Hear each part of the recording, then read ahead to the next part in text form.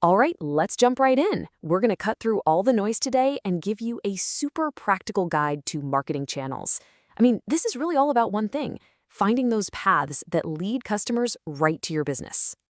So, have you ever just sat there totally overwhelmed by the sheer number of ways you could be marketing your business? Yeah, you're not alone. It's a super common feeling, trust me. But stick with me, because by the end of this, you're going to have a real solid framework to get a handle on it.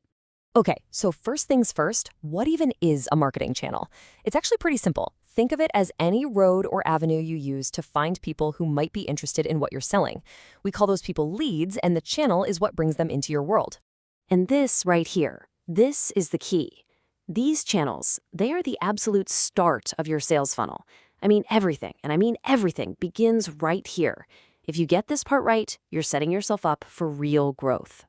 All right, so here's the game plan for today. We're going to cover what these channels are, explore all the options out there, figure out how you can choose the best ones for your business, learn a really smart way to test your ideas, and then wrap up with how to lead this whole thing. So first up, let's really lock in what we mean by marketing channels. This is the foundation, it's like building the base of a pyramid. If it's not solid, the whole thing's going to crumble. Okay, a little reality check here. It's so important to remember this. Not every single person who shows interest is going to buy from you. That's just how it works. It's called attrition. So what does that mean? It means you've got to pour a ton of potential customers, those leads, into the top of your funnel because you know only a smaller group is going to make it all the way to the end and become a sale. All right, now for the fun stuff. Let's dive into the huge universe of marketing channels out there.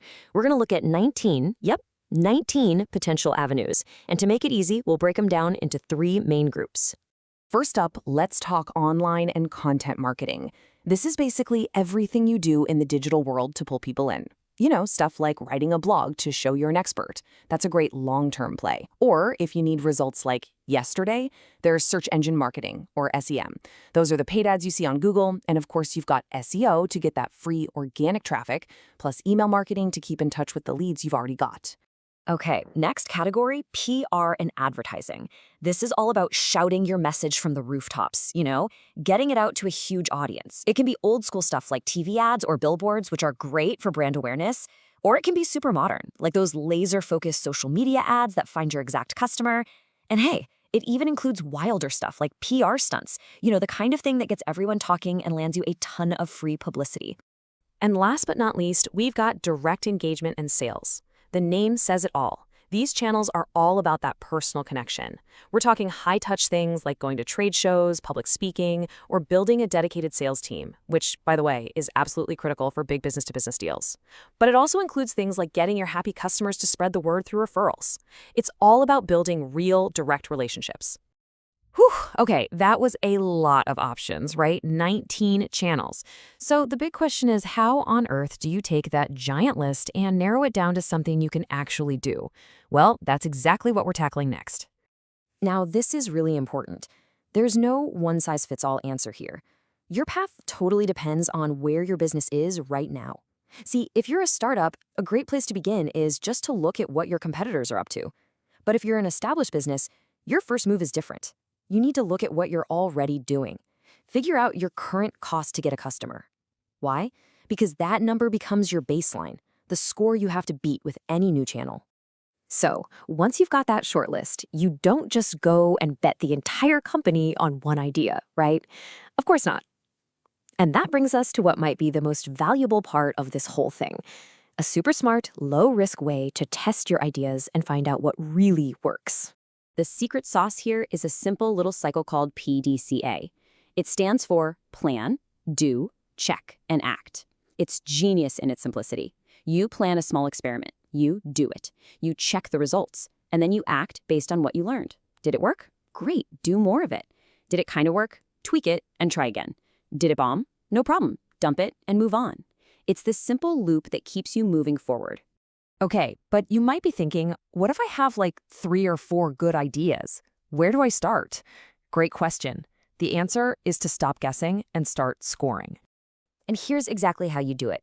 Just take each of your ideas and give it 2 scores, from 1 to 10. First, how effective do you think it'll be at getting you leads? Second, how efficient is it going to be with your time and money? Then just multiply those two numbers. Boom. The one with the highest total score? That's your winner. That's the experiment you run first.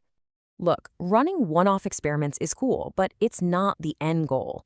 The real goal is to turn this process into a reliable, ongoing system for growth. And that means it's not just a marketing task. This is a core part of leading the business. And let me be really clear about this. The person in charge, the CEO, the founder, the owner, you have to be involved. You can't just hand this off and forget about it. Marketing is literally the engine of your business's growth. You absolutely have to keep your finger on the pulse of what's going on. It really all boils down to that amazing quote from Michael Gerber. Work on your business, not just in it. And let me tell you, building and testing your marketing channels, that is one of the most powerful on-the-business activities you can possibly do. So where does that leave us? Look, the most important thing now is to actually do something. So I want you to think about it right now. After everything we've talked about, what's the very first small, simple experiment you're going to run to find your next great marketing channel?